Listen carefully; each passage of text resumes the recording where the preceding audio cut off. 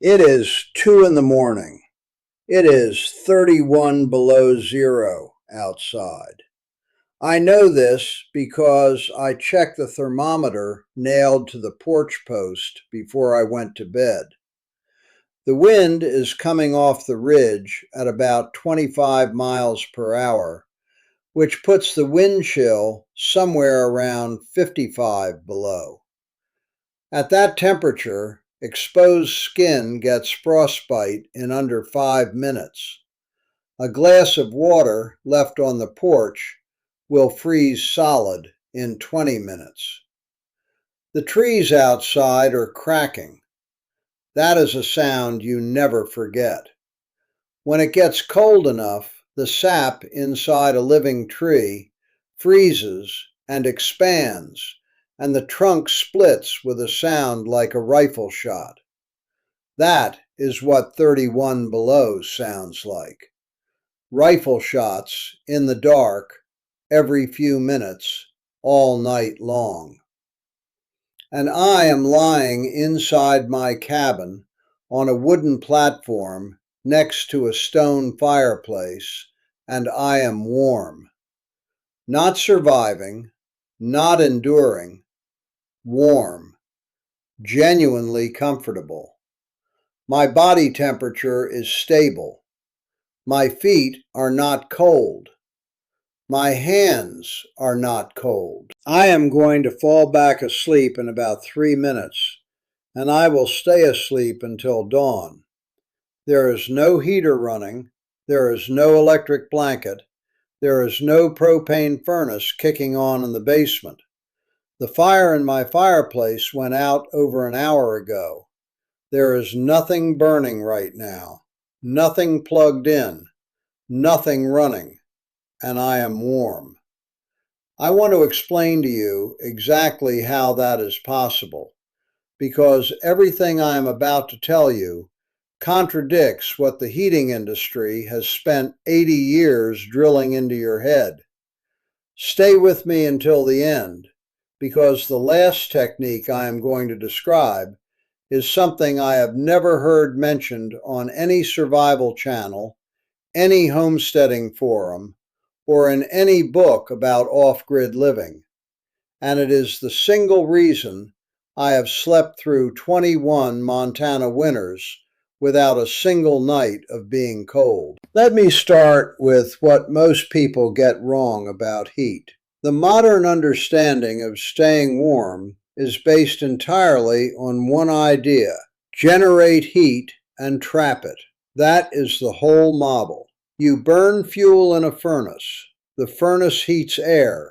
A fan blows the hot air into your room. Insulation in the walls keeps the hot air from escaping. When the air cools down, the thermostat kicks the furnace back on. This cycle repeats all night long. Your furnace might cycle 8 to 12 times between midnight and 6 a.m., depending on outside temperature. Every cycle burns fuel. Every cycle costs money. And here is the part nobody talks about.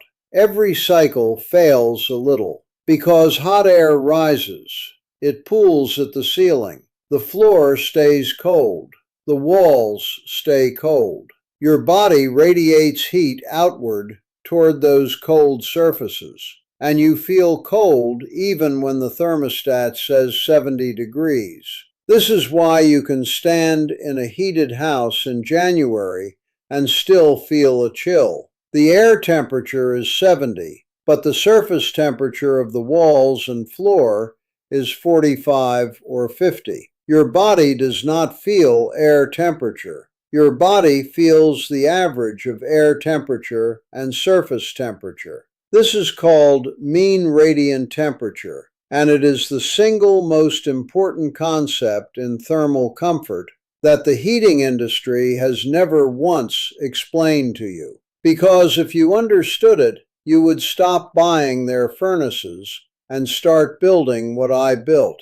The opposite of the modern system is the old system. Instead of heating air and trying to trap it, you heat mass and let it radiate. Stone, clay, earth, dense, heavy materials that absorb heat slowly and release it slowly. A stone wall that has been absorbing heat from a fire all day does not cool down when the fire goes out. It releases that heat gradually over 12 to 18 hours. The surface temperature of that wall stays warm. Your body feels warm not because the air is hot, but because every surface around you is radiating heat toward you. This is how every human being on Earth stayed warm at night for the first 10,000 years of civilization. The Romans built entire bathing complexes around this principle. The Koreans heated their homes with underfloor stone channels called ondol for 3,000 years. The Amish preserved it, and a man living alone on a mountain in Montana uses it every single night because it works better than anything the modern heating industry has ever produced. My fireplace is not a decoration. It is a 2,800-pound thermal battery. The firebox is lined with fire brick, which I salvaged from an old kiln site I found about 4 miles from here during my second summer on this ridge. Fire brick is designed to absorb extreme heat without cracking. The surround and chimney masts are built from granite stones I hauled from the same rock slide that gave me my foundation stones. The total mass of stone and brick in that fireplace is approximately 2,800 pounds. In the evening, I build a hot fire, not a slow, smoldering fire, a hot, fast burn with dry hardwood, usually larch or Douglas fir, that produces intense heat for about 90 minutes to 2 hours. During that burn, the firebox temperature reaches somewhere between 1,200 and 1,500 degrees. The fire brick absorbs that heat. The granite surround absorbs that heat. The stone hearth absorbs that heat. The chimney mass absorbs that heat. By the time the fire burns down to coals and eventually goes out, that 2,800 pounds of stone and brick is holding an enormous reservoir of thermal energy, and it releases that energy slowly and evenly into the cabin for the next 14 to 18 hours. I have measured the surface temperature of the fireplace surround at 6 a.m. after the fire went out at midnight. It is still 140 to 160 degrees. The hearthstones on the floor in front of the fireplace are still 90 to 100 degrees. The interior cabin walls, which are 8-inch thick logs that have been absorbing radiant heat from the fireplace all evening, are 65 to 70 degrees at surface level. Every surface in this cabin is warm. The air temperature at 6 a.m. might be 55 or 58 degrees. In a modern house, that would feel cold. In this cabin, it feels perfectly comfortable because the mean radiant temperature is not 55.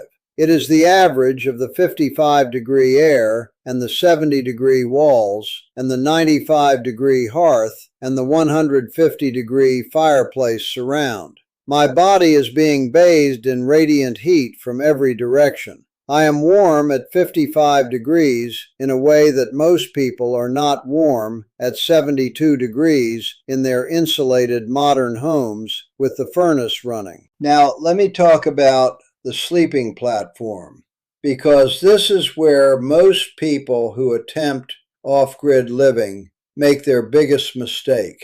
They put a bed on the floor, or they put a cot against the far wall, or they roll out a sleeping bag in the middle of the room. All wrong. All of them will leave you cold by 3 a.m., no matter how big a fire you built.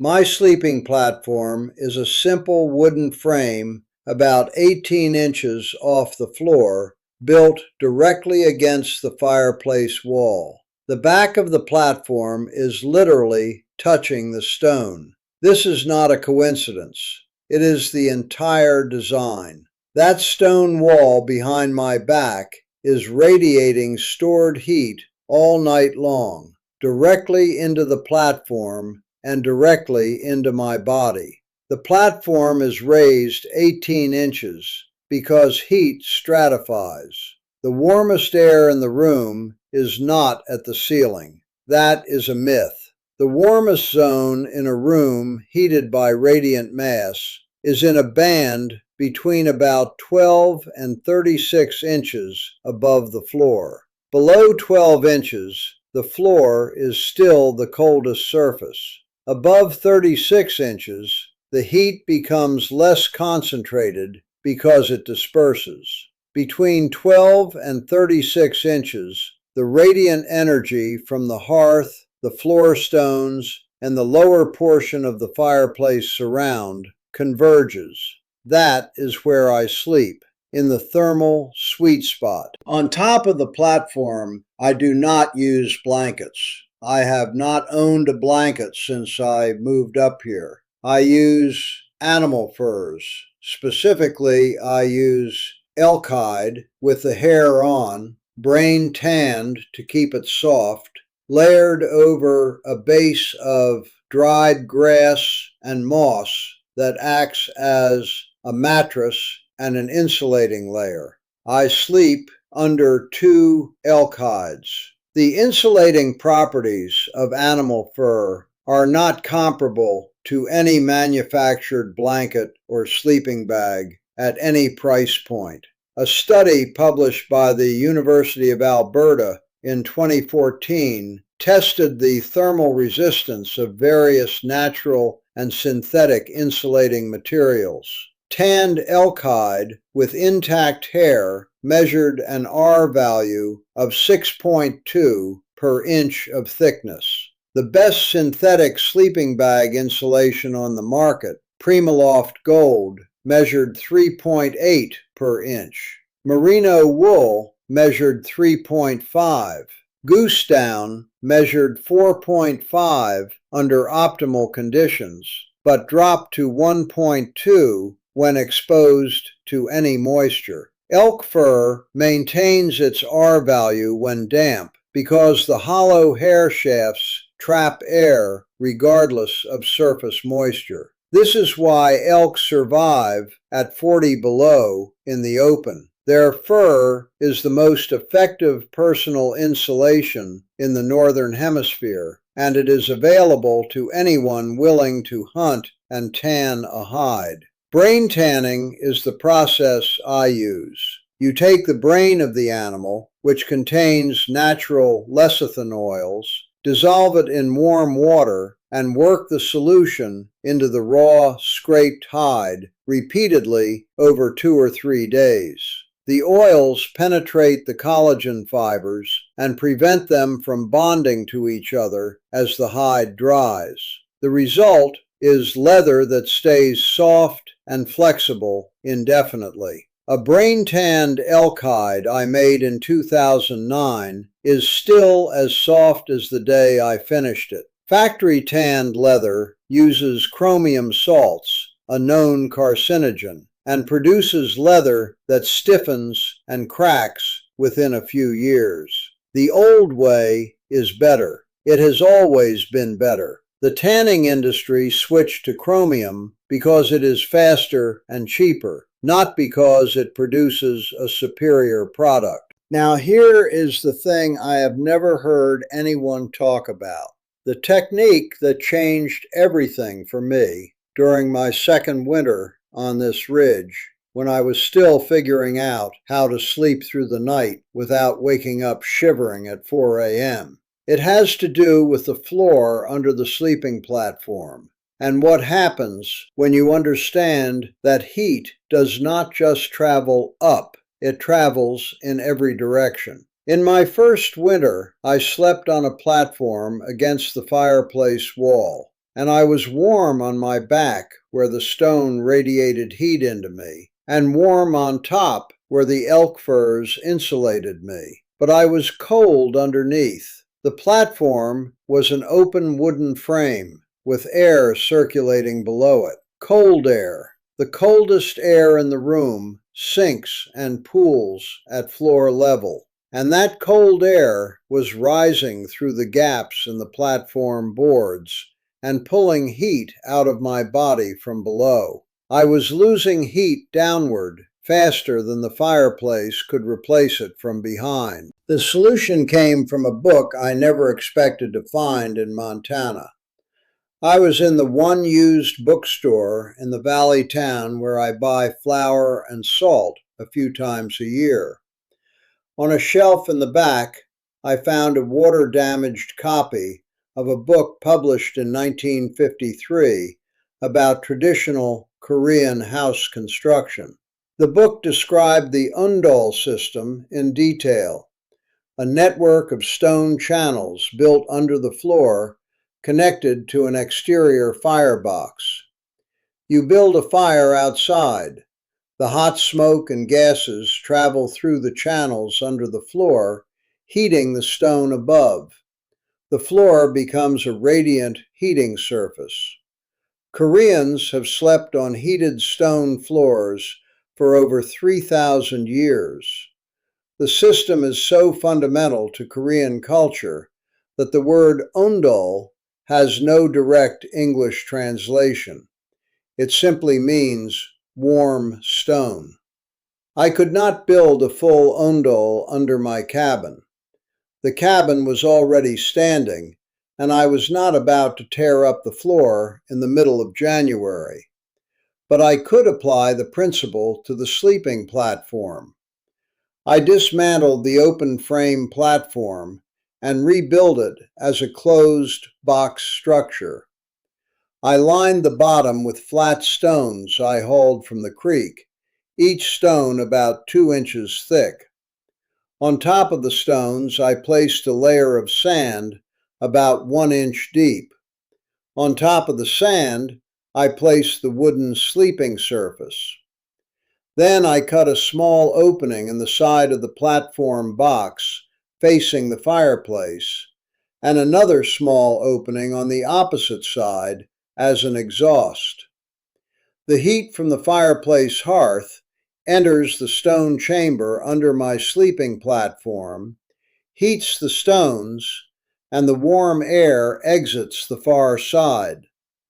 The stones absorb the heat during the evening while the fire is burning and release it upward through the sand and wood into the sleeping surface all night long. The first night I used this system, I woke up at 3 a.m., not because I was cold, because I was too warm. I had to pull one of the elk hides off in January in Montana at 6,200 feet with no fire burning. I lay there in the dark laughing because I had spent 2 years being cold at night, and the solution was a box full of creek rocks that cost me nothing and took 1 afternoon to build. I have since measured the surface temperature of the sleeping platform at various times through the night. At midnight, with the fire recently burned down, the surface is about 95 degrees. At 3 a.m., it is about 80 degrees. At 6 a.m., it is still 68 to 72 degrees. That is body temperature range. I am sleeping on a surface that matches my own body heat. There is no heat loss downward. The elk furs prevent heat loss upward. The fireplace wall prevents heat loss from behind. I am surrounded on 3 sides by stored thermal energy and insulated on the 4th by the most effective natural insulation on the continent. I have slept through nights at 38 below zero. I have slept through 3-day blizzards where the snow piled up to the windowsills. I have slept through windstorms that knocked down trees within 100 yards of my cabin. I have never once been cold at night since I built that platform. Not once in 19 years. The average American household spends $1,400 a year on heating. Over a 30-year mortgage, that is $42,000 just to keep your house warm. And most of that heat goes to warming air that rises to your ceiling while you lie in bed shivering because the surfaces around you are cold. I spent $0 on my heating system. The stones came from the creek, the fire brick came from an abandoned kiln, the fireplace was built from rocks I hauled from a rock slide, the sleeping platform is creek stones in a wooden box. The elk furs came from animals I hunted on my own land. $0.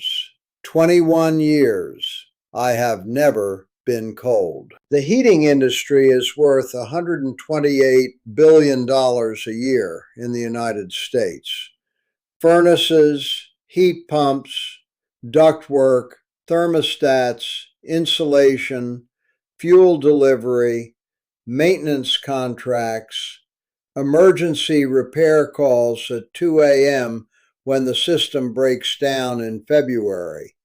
All of it exists because the modern building method heats air instead of mass, sleeps people away from their heat source instead of against it, and uses synthetic insulation that degrades instead of natural materials that last forever. Every piece of that $128 billion industry is a solution to a problem that was solved 3,000 years ago by a Korean farmer who laid stones under his floor and built a fire. I am not telling you to move to a mountain. I am telling you that the basic principles of what I just described, thermal mass, radiant heat, mean radiant temperature, strategic sleeping position, natural insulation, these principles work in any structure, anywhere. A stone or brick wall added to a bedroom next to the bed, a heated stone platform, an elk hide blanket. Any one of these would cut your heating bill by a number that would make you angry when you realized how long you have been overpaying. The knowledge is not hidden. It is not secret. It is in the physics that every engineer learns in their first year of school and then spends the rest of their career ignoring, because the industry does not profit from people who do not need furnaces. If you have ever lain in bed at 2 a.m. in a house with a furnace running and still pulled the covers tighter because something felt cold and you could not explain what, now you know what it was. The air was warm. The walls were cold. Your body knew the difference, even if your thermostat did not. That is the lie at the center of the modern heating system. Warm air is not warm shelter. It never was. Tell me in the comments what you spend on heating every year. Not what your utility company says is average, what you actually spend, because the answers to that question are going to shape what I cover next. The next video is about water, how I get unlimited clean drinking water on this ridge without a well, without a pump, without a filter, and without paying anyone $1 for the privilege of staying hydrated. That system cost me $5 and a weekend of digging. And when I explain how it works, you are going to understand that the $50 billion bottled water industry is the biggest scam in the history of American commerce. That video is already waiting for you.